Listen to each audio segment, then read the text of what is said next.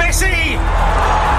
It is the cleanest of clean finishes from the best on the planet. It's time for the biggest sports stories. Liverpool, the champions of Europe, are top of the world. The biggest interviews. That such a great spectacle is ruined by such thuggish behavior. And all the analysis right here. He's the one player that has the arrogance to think that he can play in any stadium in the world and any pitch in the world in front of any player in the world and take them on. Every weekday, it's my sport, it's your sport. It's ZiFM Sport.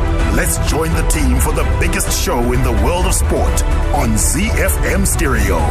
My station, your station.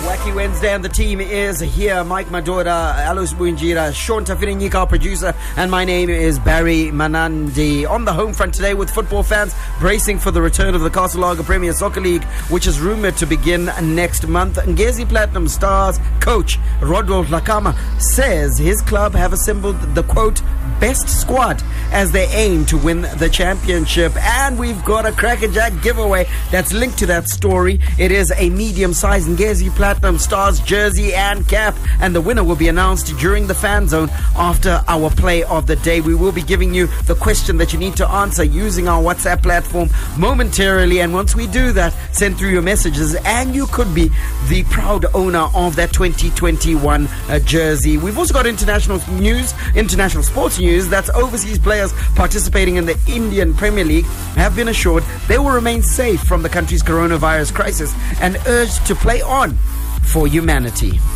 We also have plenty of international sports news where we take you around the world in 60, taking off in New Zealand, where the National Rugby Board are set to debate whether to sell a stake in the commercial value of the All Blacks to American investors at its annual meeting later this week. In news from England, Britain's Olympic swimming champion Adam Peaty has said athletes have a right to express their opinions and take a stance without being punished in response to a ban on protests during the Tokyo Olympics. And out in the United States, Luka Doncic outclassed Steph Curry for the first time in 5 career head-to-heads as the visiting Dallas Mavericks pounded the Golden State Warriors 133-103 early this morning. And it's time to dive into the beautiful game where Thierry Henry has hailed Alan Shearer as the most lethal striker he has ever seen inside the box following the pair's induction into the Premier League Hall of Fame. We'll hear the thoughts of the in-studio team on that matter. In UEFA Champions League news, in the action last night, Thomas Tuchel was left frustrated with Chelsea's finishing in the 1-1 draw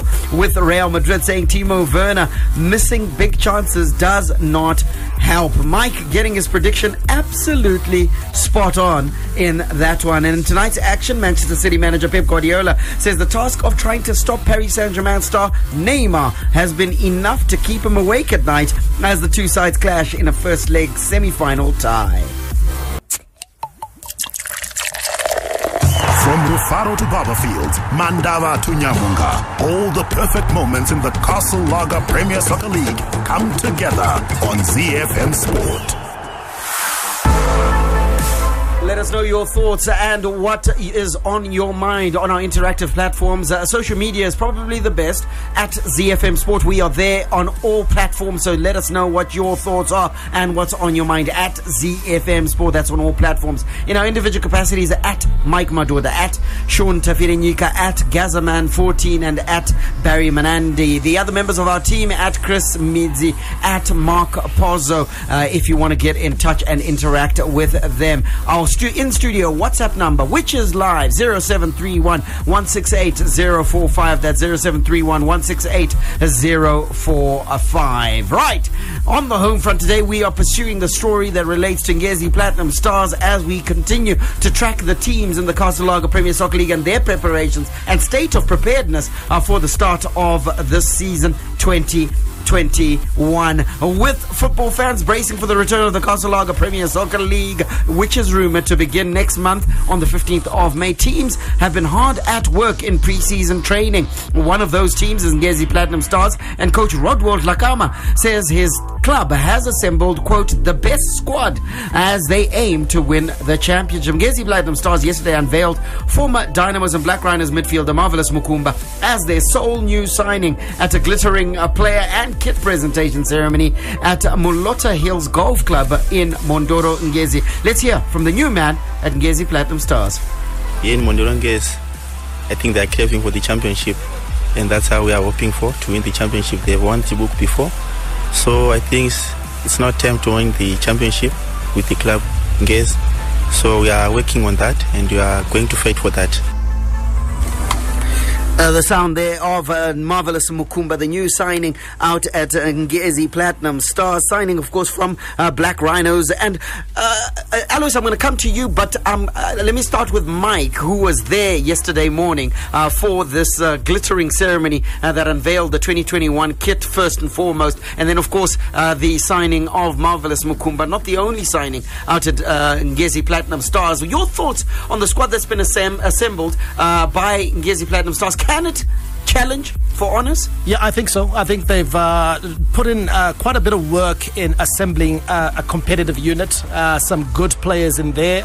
Marvelous Mukumba unveiled as the new signing midfielder, and they're very excited to have Marvelous Mukumba out in Mondoro Ngezi to join the push for honours in the Castle Lager Premier Soccer League. What I loved about Ngezi Platinum Stars is that they've made no secret of the fact that they intend to improve upon their performances from previous seasons, and they're looking at some point to be, of course, crowned champions of the Castle Lager Premier Soccer League. So they're doing their best.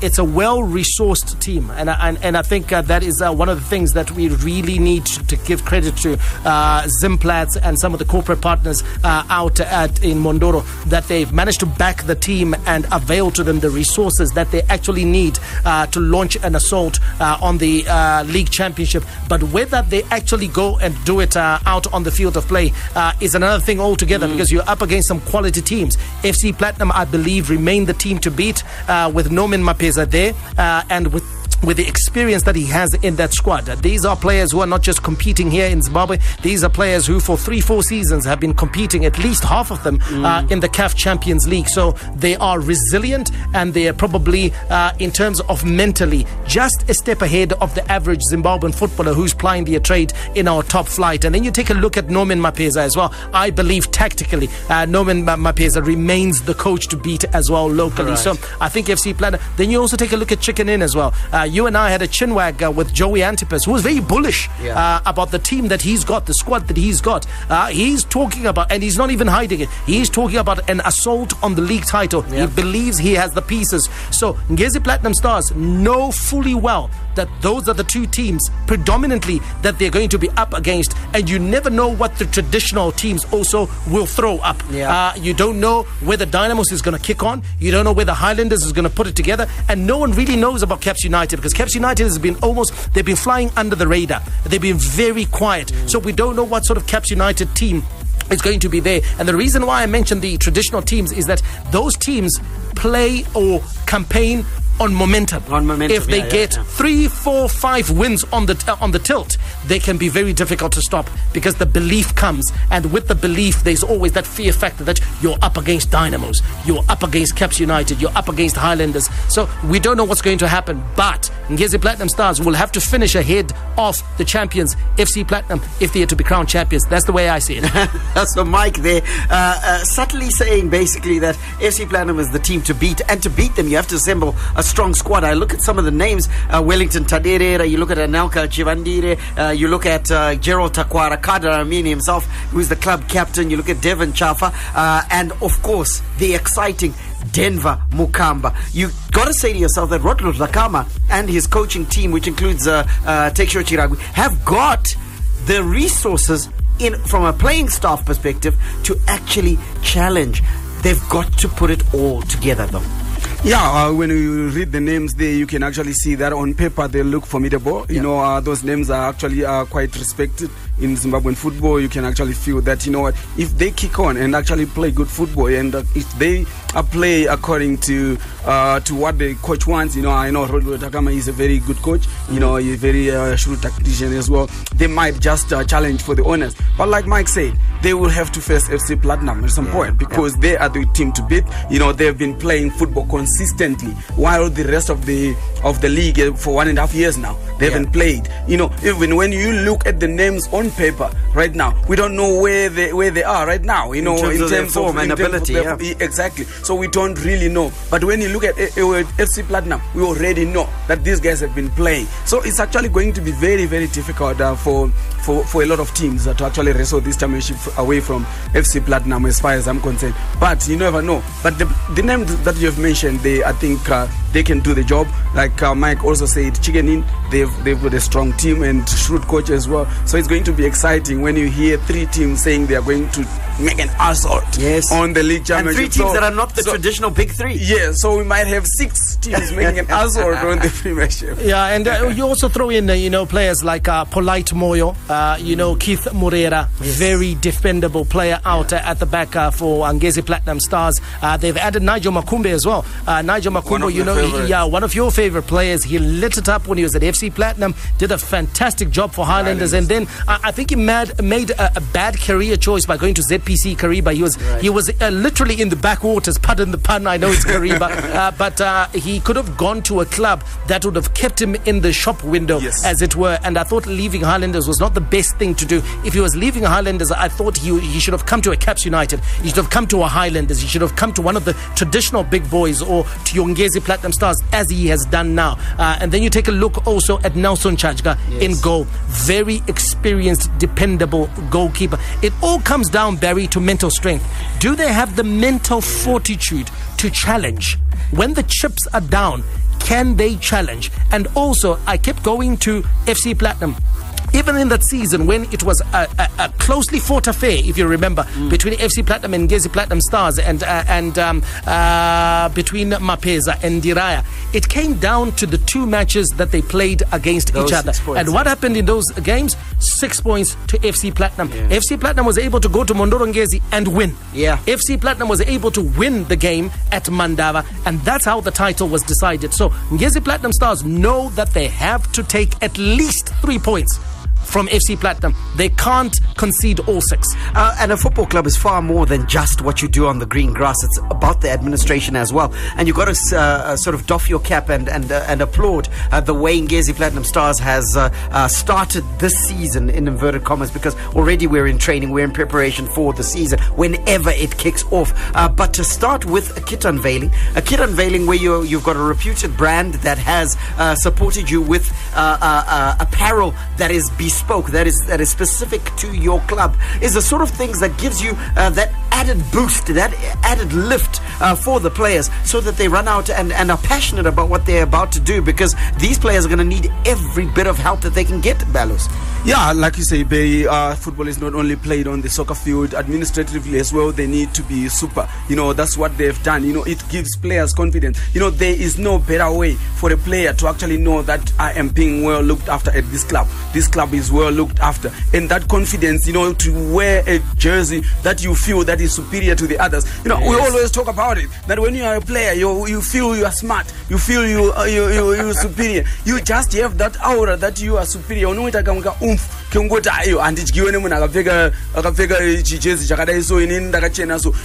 kind of confidence, to boost. There is a lot that can actually play out when you are managing your team very well. People might take that for granted, but it works well when a player feels that my team is well looked after. We are more professional than the rest, and it just gives confidence to the players. Mike, you always talk about the 2%, that added advantage, that ability, what's between the ears, that one thing that makes one player different to the other, one team different to another. Is this, and also everything else being done by club president Stanley Segula out in Ngezi Platinum Stars, enough to see them go over the line? Well, the best that the executive and the board at Ngezi Platinum Stars is, the best they can do is equip the squad, equip the technical team, equip the players, because they can't lace up the boots and actually go out and have a kick about themselves at the Baobab and play on behalf of the players. So their job is to equip and to resource the team. So have they done that? You have to take a look at the investment that's been done at Mondoro Ngezi, at Baobab Stadium, in terms of the playing staff, the support that they've given to different coaches. What I like about Sagula and his team at Ngezi Platinum Star is that they have supported different managers. When Twendela Indiraya was there, he was supported. In fact, before him, Clifton Kadurira, when he was the coach, he was supported. They gave him signings. If you remember, they brought in players like, Patson Jaure, under Twendela Indiraya, brought in some really good players. They've supported every guy who has been in charge, and they've continued that with Rodwell Dhlakama as well. Now, Marvelous Mukumba has joined Ngezi Platinum Stars, and you can see that they're very excited about him, that he brings a bit of street to Ngezi Platinum Stars. He brings that Chatroti Chigai, which many people thought was lacking at Ngezi Platinum Stars. They were rather clean, private school type football club. Now, Masalad. So now they're bringing in that ghetto. They're bringing in that mission school, and they're hoping that, that is the piece that is going to take them over, because in midfield, that's where the game is invariably won and lost. And so if you've got a guy who's able to hold his own there, and they hope Marvelous Mukumba is the player. Yeah, and you talk about support, and that support is exemplified by the fact that Ngezi Platinum Stars can lose the likes of star winger Michael Charamba, the likes of Frank Makarati to Dynamos, who was a stalwart for them, and then of course the likes of Polisani Skara Moyo. Those sort of players would have left a dent at any other football club, but let me tell you, club president Stanley Sagula and his team have ensured that Ngezi Platinum can still make a challenge for the championship, and we wish them well. Hi, I'm Warriors coach Zdravko Logarušić, and you are listening to ZiFM Sport. Sports with a difference. Well, as we said, that glittering new jersey is available for you to win, not to buy, to win. And all you have to do is answer a very simple competition question. We will be announcing the winner straight after our play of the day, before we get into the beautiful game, courtesy of Ngezi Platinum Stars. To win, simply answer this question. Name the player who's been signed and was unveiled yesterday by Ngezi Platinum Stars. Name the player who was signed and has been unveiled yesterday and was unveiled yesterday by Ngezi Platinum Stars. Send through your responses to 0731-168-045. That's our WhatsApp number. Let me say it slower. 0731-168-045. It will be a draw. Send through your answers and you could be a winner. Hi, I'm Trevor Nyakani, the Blue Bulls and Springbok prop, and now you're listening to ZiFM Sports.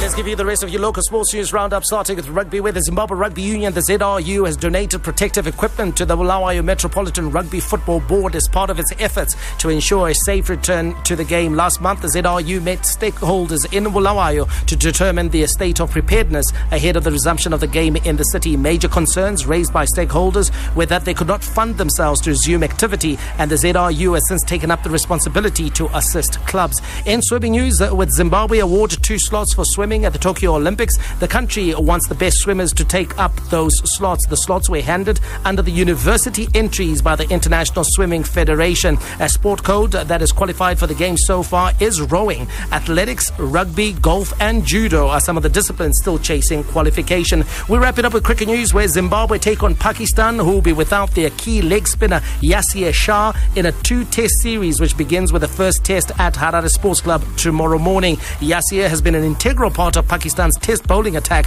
since making his debut in 2014, only missing 2 tours to Ireland for a single test match and 2 match visits to England in 2018. Yasir, who has taken 235 wickets in 45 test matches, is absent with a knee injury. We wish the Chevrons all the best in the first test versus Pakistan. Local music on your station of choice.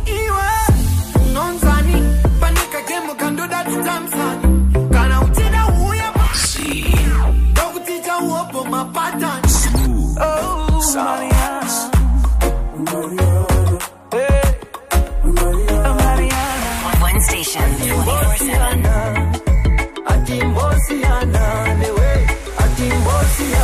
C. Rock.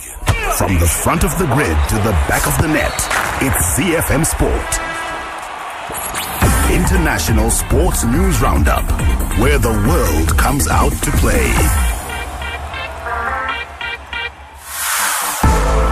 Just a quick reminder of our WhatsApp platform 0731168045. Simple question we asked you: who is the new signing that was unveiled by Ngezi Platinum Stars yesterday? Send your answer. If it is correct, you are in the running to win Ngezi Platinum Stars jersey and cap. Official stuff we're talking about here for season 2021. Let's give you some international sports news, and we go to India, where overseas players participating in the IPL have been assured they will remain safe from the country's coronavirus crisis and urged to play on for humanity. The interim chief operating officer at the Board of Control for Cricket in India, Hemang Amin, issued an email to squad members of the 8 franchises in a bid to instill confidence in the tournament following several high-profile departures. Now, India cricket pundit Boria Majmada says he expects the IPL to continue despite the surge of coronavirus cases. Yes, the situation is absolutely dire, and that we all know. The first thing is, Ravichandran, Ashwin, Kane Richardson, Adam Zampa, each one, our hearts go out to them, and each individual is entitled to taking his or her own call. That is my point. And I also envisage some others pulling out. That's what I've heard. I've spoken to a number of cricketers. Some others might also decide to opt out and go back, because a lot of the countries have put India on the red list, and players are apprehensive how they will go back to their individual countries, and that is also prompting them to take these calls. So these are very important signals. Having said that, a lot of players also will support the IPL. If you see Pat Cummins, I've spoken to David Warner, I've spoken to a number of other international players, Joss Butler. They all want to contribute to the IPL and be with the people of India at these hard times, because they benefited from the IPL. This is their time to give back. No, I don't see a problem with the tournament as such at this point. I mean, at least sitting now, I can tell you that there is no problem with the tournament, and I have spoken to the BCCI. Rather, the BCCI is now focused to using the... Well, Barry, if you take a look at the science, the data, it's not supporting what Boria Majmada is saying. And you've got to say that he's taken a rather patriotic stance here in his support of the IPL. But when you take a look at daily infections, topping 350,000 in recent days, India has been breaking records for all the wrong reasons over the last 2 weeks. It's something that should concern not just the players, but something that should concern the media in India as well as the administrators, because human life, safety and health has to be put above money. Here you get the feeling that they're trying to protect the dollar. Yeah, it's a struggle, and the real issue is that I think the IPL is the goose that continues to lay the golden egg for the BCCI. So they're not going to make a call to sort of call time on the tournament, at least this edition, albeit that, like you quite rightly point out, the science is saying, guys, we need to call time on this. You look at the revenues that the IPL generates this year, estimated 318 million. It's likely to defray all the expenses incurred in the last 18 months for the BCCI. Now, is that something you want to shut down? Hell no. But is it something you should shut down? Hell yes. So you look at those conflicting arguments. Yet again, we've got, just like we had with the Super League, we've got a sport that needs to make a decision based on sense and sensibility rather than just the financial dollars. Yeah, absolutely, Barry. But I do understand, of course, why they're apprehensive about the possibility of cancelling the IPL, because it generates a significant portion of India cricket's revenues. I think estimated about 320 million a year. So this is their cash cow, as you rightly point out. Now let's take a look at action out in the IPL. Yesterday's result: AB de Villiers hit a landmark 75 as the Royal Challengers Bangalore beat the Delhi Capitals by just 1 run to go back top of the IPL. The South African veteran's unbeaten 42-ball blitz made him only the 6th batsman to pass 5,000 runs in the tournament, and only the 2nd foreigner. Delhi needed 14 runs off the last over to beat Bangaluru's 171 for 5, but even boosted by Shimron Hetmeyer's late 53 of 25, they failed by just 1 run. A quick look at the table. RCB, the Royal Challengers Bangalore, they're sitting proudly on top, followed by the Chennai Super Kings The Delhi Capitals are in third. Mumbai Indians, the defending champions, are in fourth. KKR, the Kolkata Knight Riders, in fifth. Punjab Kings in sixth. Rajasthan Royals and Sunrisers Hyderabad bring up their rear and are looking like also Rands at this early stage of the tournament. Hi, my name is Sean Williams, Zimbabwe cricket captain. You're listening to ZiFM Sport. Z. Around the world in 60 seconds. International sports news. All right, we take off in New Zealand, where the National Rugby Board are set to debate whether to sell a stake in the commercial value of the All Blacks to American investors at its annual meeting later this week. New Zealand's 26 provincial unions will vote on a recommendation from New Zealand Rugby that it should bundle its commercial interests into a new entity and sell a 12.5% stake in it to California-based Silver Lake partners for $279 million. Silver Lake mostly investing in tech stocks, and now they're looking at sport. In news from England, Britain's Olympic swimming champion Adam Peaty has said athletes have a right to express their opinions and take a stance without being punished in response to a ban on protests during the Tokyo Olympics. The International Olympic Committee said it was retaining Rule 50, forbidding any kind of, quote, demonstration or political, religious or racial propaganda in venues and other Olympic areas. That means athletes risk punishment for taking a knee or raising a fist in support of racial equality.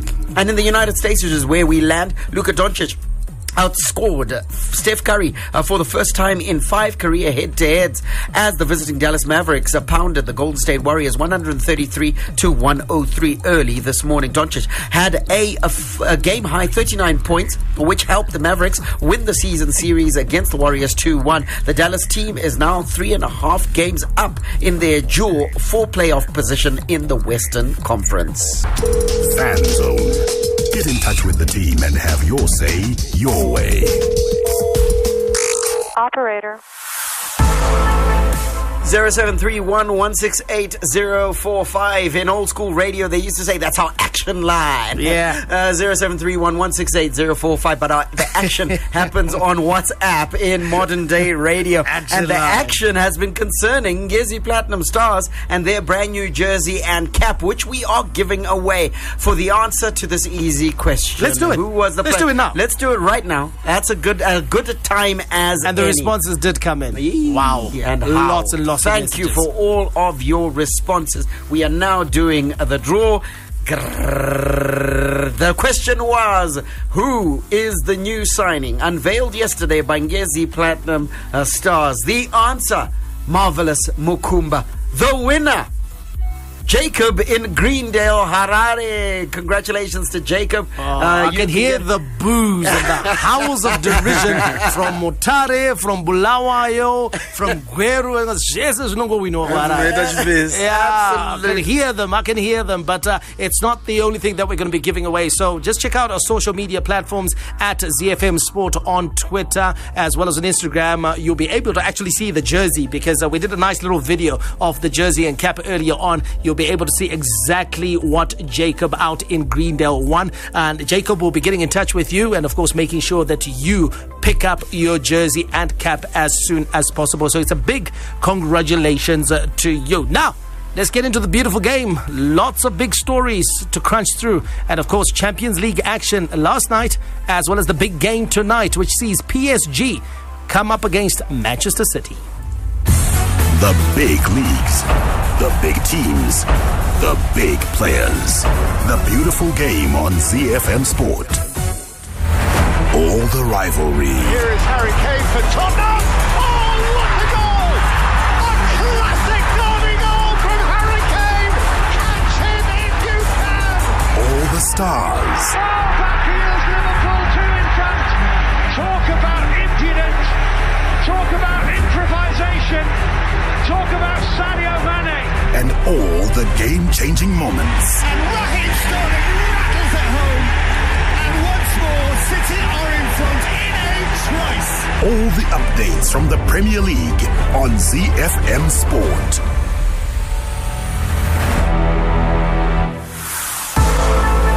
Arsenal legend Thierry Henry has hailed Alan Shearer as the most lethal striker he has ever seen inside the box. Yesterday, Alan Shearer, the former Newcastle United striker and Blackburn Rovers player, together with Thierry Henry, became the first players to be inducted into the Premier League Hall of Fame. And when you take a look back, Alois, at what is it now, nearly 30 years of Premier League action since it all began in 1992, you can't look past those two as the best strikers that the Premier League has seen. Yeah, you definitely can't, Mike. You know, when you look at Alan Shearer, you know, he is one of the top players that never played for the big clubs. You know, he played for Newcastle, he played for back then. It was a big club. Not really. No. He made them bigger. He made them big. He arrived and made them big. They will dispute that. They'll say we had Kevin Keegan, we had Phil Birdsley. Now we're talking about the traditional giants of English football, and at that particular time they were not. He actually arrived there and actually made them. And the fact that he was scoring at least 25 Premier League goals a season, you know, it was phenomenal. He was scoring goals for fun, and you know what, wherever he was, you know, the team was lethal. You know, he would make the team strong, he would make the team bigger. And you know, if you're a striker, if you're a lover of goals, you only had to watch Alan Shearer to actually, you know, that, you know, whenever he plays, there is a possibility of goals scored. And then when you look at Thierry was doing it a lot more stylish. He was finer. You know, he was more refined than Shearer. Shearer was the box player. He would just use anything, head, toe, short, everything. But Thierry was actually one of those who can actually drop deep, run with the ball, score some solo goals. You know, so for me, I think they deserve to be there, and they are some of the best strikers that I've ever watched playing football in the EPL. Not just in the EPL, though. I think all in the world. In the world. Yeah, absolutely. And of course, the English Premier League Hall of Fame is the highest individual honour awarded to players by the league, and celebrates the talent and achievements of standout professionals who have featured in the division since its creation in 1992. To be eligible, players must have been retired as of August 1, 2020. So it will not be awarded to players who are currently involved in their careers. Barry, those two players, I must hear your thoughts on Alan Shearer and Thierry Henry. I mean, Thierry Henry, I think, arguably has got probably the single best individual season ever seen in England. I think he finished as top goal scorer, and he had 20 assists as well to go with. So when Alo is talking about him having more arrows in his quiver than Alan Shearer, he is right, because Thierry Henry had an all-round game. He could be creative, drop into midfield, and contribute there as well. What you've got there is you've got the quintessential striker, the top man in Alan Shearer, and then you've got the modern day attacker in Thierry Henry, because Thierry Henry could do a lot of things. He could play out wide and still be lethal from wide positions, play down the middle and still do the job. So for me, definitely I agree with Alois. Two of the best strikers that we've seen in world football. If we're running down a list, they would easily crack the top 10, those two. And so fair dues to them. They still give us memories up to now. We have smiles on our faces because of these two. While Shearer holds the record as the Premier League's highest scorer with 260 goals in 441 appearances across 14 seasons, while Thierry Henry won the Golden Boot Award a record 4 times and scored a club record 175 Premier League goals in 258 appearances for Arsenal before making the move out to Barcelona. Now, Ryan Giggs is a name, Alois, that many people expected to be amongst the first recipients. And he is, of course, for me, in my mind, a Premier League legend. But he was snubbed. He was not on that list. People expected him to be on that list, but he was snubbed. Yeah, I'm not sure. I don't know, because as a Man U fan, I watched a lot more games of Manchester United than any other team, obviously, and I thought that he has been a legend. You know, he has done so much for Manchester United. You know, even in the title-winning days, in the title-winning years, you could actually look at Ryan Giggs and say, you know what, without this guy, we might not have won this. You know, you look back at that FA Cup semi-final victory against Arsenal. Yeah, that run, that goal, you know, and that celebration. What I like most about that favorite goal is Alex Ferguson. Ajgira. Yeah. From the beginning, he was like, every time the camera was on him, willing him on. Go boy. It was just fantastic. Those are the memories that you can actually get, from having watched Ryan Giggs. I don't know about the sequence or who was supposed to be in there first, but I thought that Ryan Giggs, I still believe that, he is one of the best players that we have seen in the English Premier League. He certainly would have been there, Barry, but it's his off-field antics, probably, I think, that have cost him now his place, especially the inaugural announcement of the Hall of Fame. And I think they just didn't want any controversy to go with that announcement. And Ryan Giggs has got many skeletons in his closet. He does, and right now he's dealing with some because right now he's facing charges and he's denied the charges of assaulting two women and battery. Yes, battery. That's a tough word. And of course, the court papers also say controlling and coercive behavior. Shucks. That sounds horrid. Oh man! Now he's obviously denied the charges, but the fact is that with those charges hanging over his head, it would have been imprudent. It would have been a man of low cunning. Hey. Now you're adding to the charge sheet.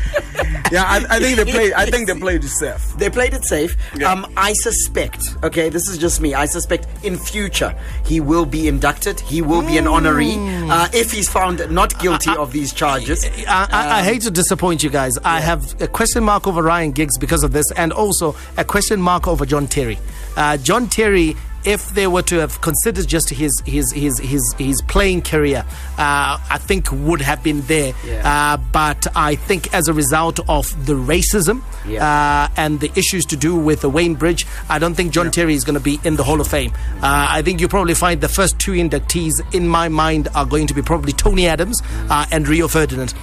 I think those two are going to go ahead of him because I think they're considering making this very elite.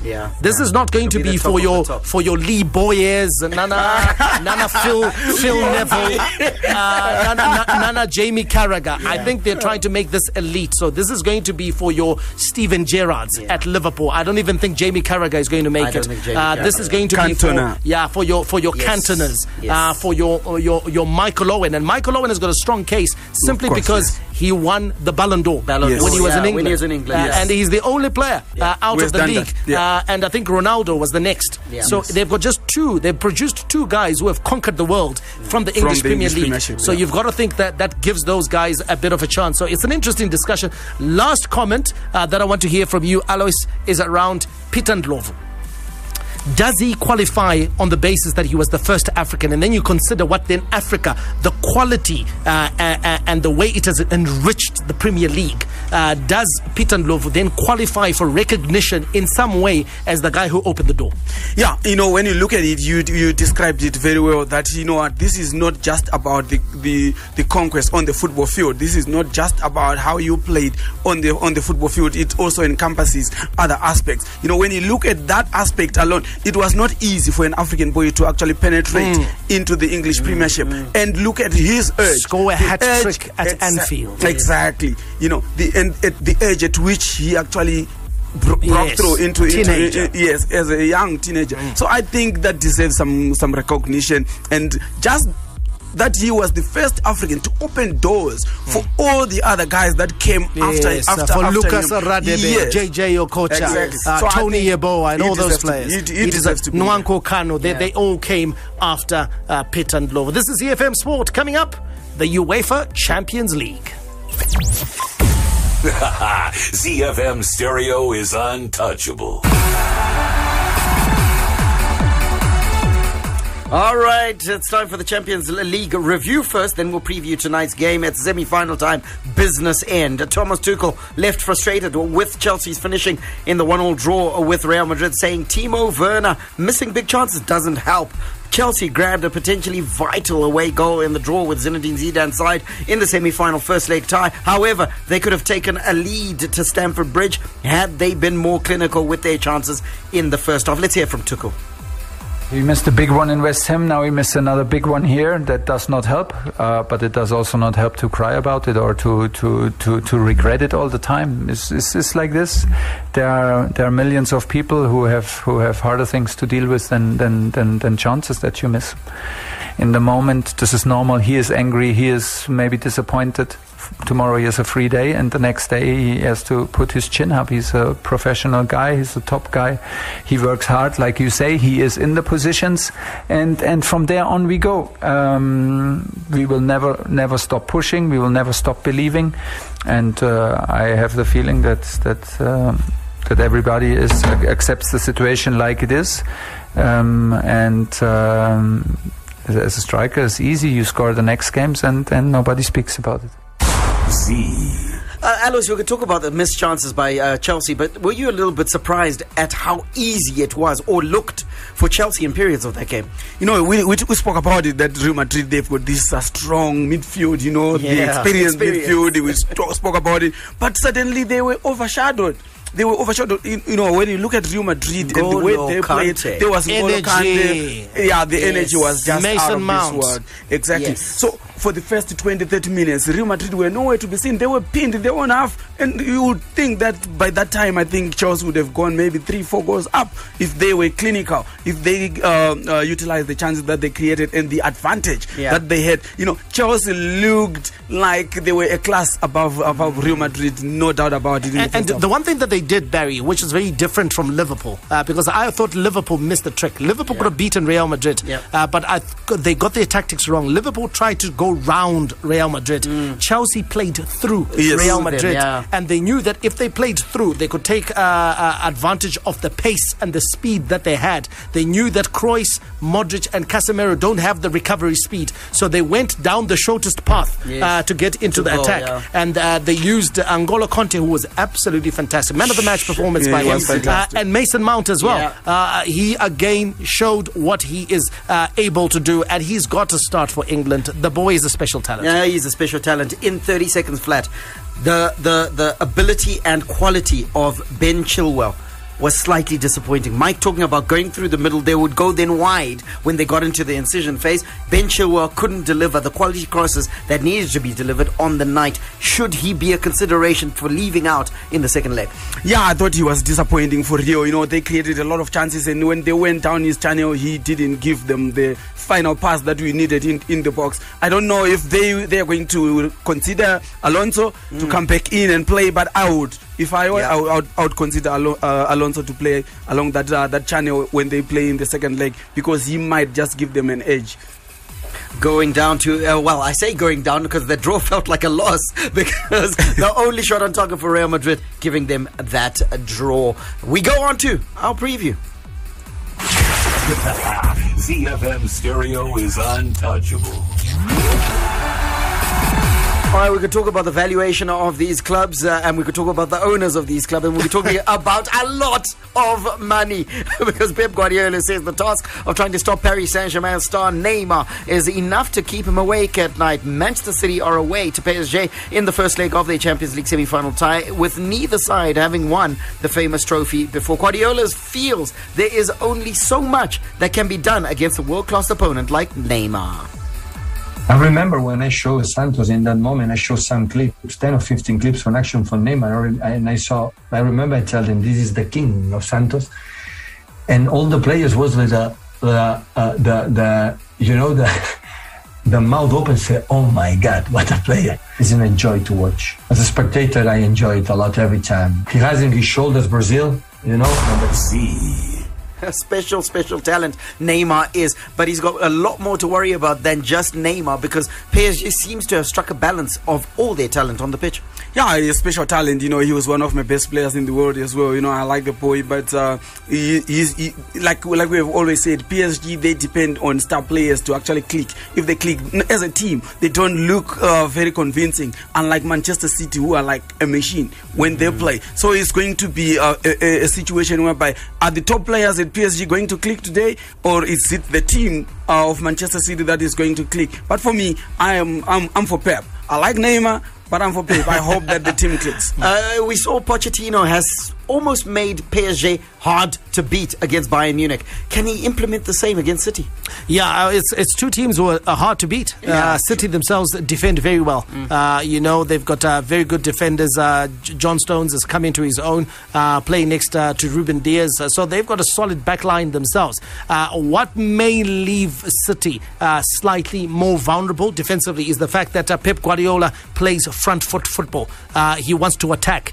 He wants to control games. So he will take more risks. He will take more chances. He will pull more players forward. And that could work in the advantage of PSG with the speed and the trickery of Mbappe and Neymar. So this one here, I think, will be won tactically. The manager that gets his tactics spot on will carry the day. But PSG, I think, have got the goal threat. They've got the superior goal threat simply because City doesn't have an out-and-out striker at the moment. Mike, you got it spot on yesterday, so we're going to leave it to you. Give us a scoreline. This one I am going to go with Man City 2-1 over PSG. The sage has spoken.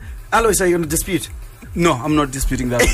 We're going to wear together again on this one. Like we did yesterday. And you got it absolutely spot on today. I'm not going to argue. So we'll be back tomorrow. May God richly bless you. That's my story. And I'm sticking to it. Manandi, out.